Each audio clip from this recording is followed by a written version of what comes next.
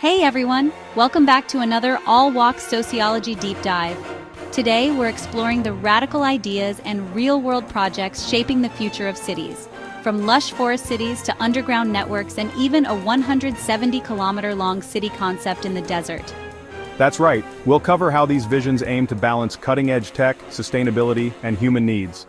We'll also check in on actual data, adoption rates, and economic impacts to see what's working and what still needs more research.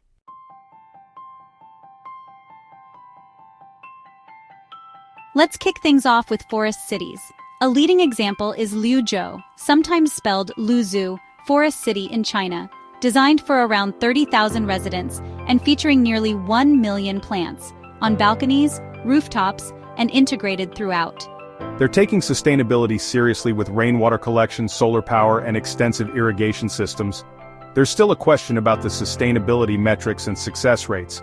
Are they meeting CO2 reduction targets? And how do residents adapt to so much greenery?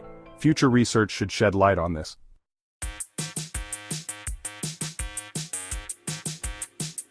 Next up, New Clark City in the Philippines, designed to be both pollution-free and disaster-ready. It plans on using renewable energy, microgrids, and eco-friendly transit like electric buses and bike lanes. We're keen to see actual progress. Is the city successfully implementing microgrids? And how well are those systems working for everyday needs? We'll be following their reports to learn about best practices and lessons learned.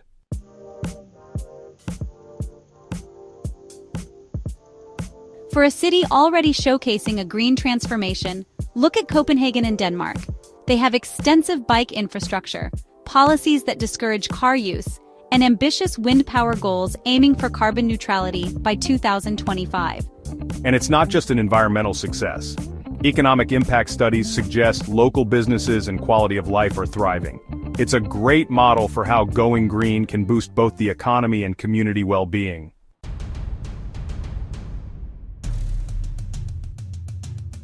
Speaking of big, bold ideas, there's the Line in Saudi Arabia, a 170-kilometer-long, 200-meter-wide linear city that aims for zero emissions, ultra-fast transit, and the preservation of 95% of its surrounding environment. It's incredibly ambitious, but also raises huge logistical and ethical questions. Building something so long and narrow demands entirely new approaches to energy, waste, and transportation. Then there's the social impact. How will local peoples be relocated? And how will local ecosystems be safeguarded? This project's progress will be closely watched to see if it can live up to the hype. Exactly. The line forces us to ask, can innovation solve everything, or are there always trade-offs we can't ignore?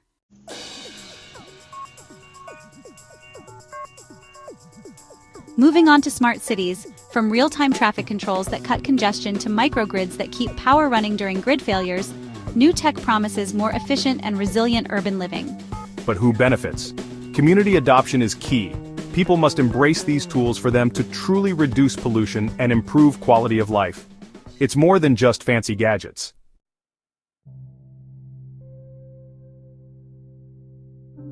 Then there's underground urbanism. In Montreal, the Riso network connects malls, offices, and transit below ground. Helsinki has taken advantage of subterranean space for data centers, storage, and even a swimming pool. These projects improve temperature control and reduce noise, but there's a cost-benefit analysis to consider. Building and maintaining underground spaces can be expensive, so how do they weigh those costs against the convenience and sustainability benefits?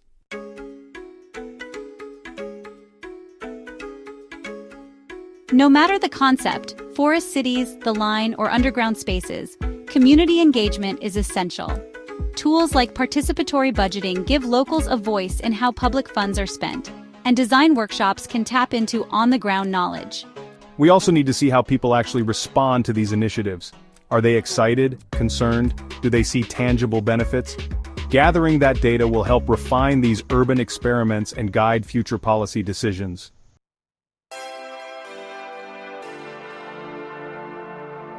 So there you have it, a jam-packed overview of the bold ideas shaping tomorrow's cities, from tree-covered skyscrapers to entire subterranean worlds, and from self-sufficient microgrids to the Line in Saudi Arabia. We've got plenty of action items. Investigate Liuzhou Forest City's CO2 reduction metrics. Monitor New Clark City's real-world implementation of microgrids. Explore Copenhagen's economic growth tied to green initiatives. Research Singapore's Supertree maintenance and performance. Examine the line's social and ecological impact. Look into community adoption of participatory budgeting. Delve deeper into underground urbanism cost benefits in Montreal and Helsinki. Thanks for tuning into the deep dive. Share your thoughts in the comments, especially if you've visited these projects or taken part in a participatory budgeting process. Don't forget to subscribe for more discussions on how we can build smarter, greener, and more inclusive cities. Until next time, stay curious, stay inspired, and keep imagining new ways to live together.